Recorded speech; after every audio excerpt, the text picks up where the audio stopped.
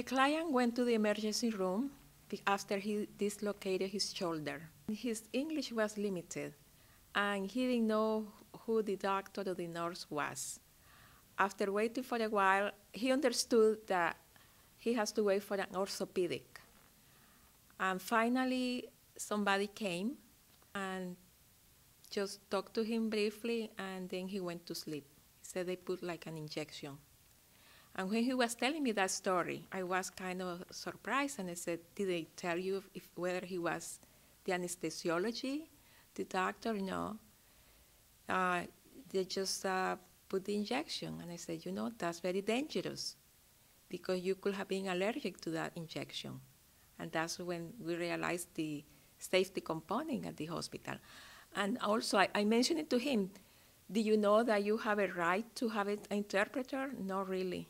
Well, now you know. In the future, tell your friends, your family that you need an interpreter because that's what a miscommunication or misinformation or misunderstanding can happen, and it's your life. I went also to the hospital, to the emergency area, because I have heard clients complaining they don't know about the hospital can provide interpreters. And I saw some signs, but they were kind of small, and they were not in visible area, because they need to see that you have available these services. It's important the client to know who is taking care of you, who is the nurse, who is the doctor, because somebody has to be responsible and somebody has to be accountable at the hospital. I have experience in the emergency room as a social worker, and one day I was walking by the isolation room. There was a lady, elderly woman, who was holding her head, and she was crying. I stopped by and I asked her what was going on, and why was she in the isolation room, which we usually put patients with emotional problems. So she told me, son, this headache is killing me. I feel like dying.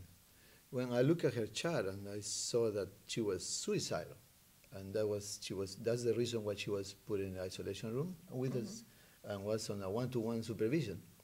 So I asked her again, do you try to hurt yourself in any way? And she said, no, this headache is killing me and I feel like dying. And when she said that this headache was killing her, I said to myself, this lady is not suicidal. What's happening is that she's having the headache and it makes her feel like she's dying. So I went to the medical attendant and I told him what I found. I said, you know, she's not suicidal, but she has a headache. And he said to me, well, she told me dying. And I said, exactly, that's what she meant. The headache is killing her. We have to understand that language is a barrier. We have to be culturally sensitive, and we have to really try to listen what the patients are telling us to prevent errors. In this case, this lady wasn't suicidal. If we look at the cost effective of having a translator, it will be significant because you will have to have a security guard doing or guarding a person who really doesn't need to be watched constantly. And that security guard could be doing other things rather than supervising somebody who doesn't need to be there like this.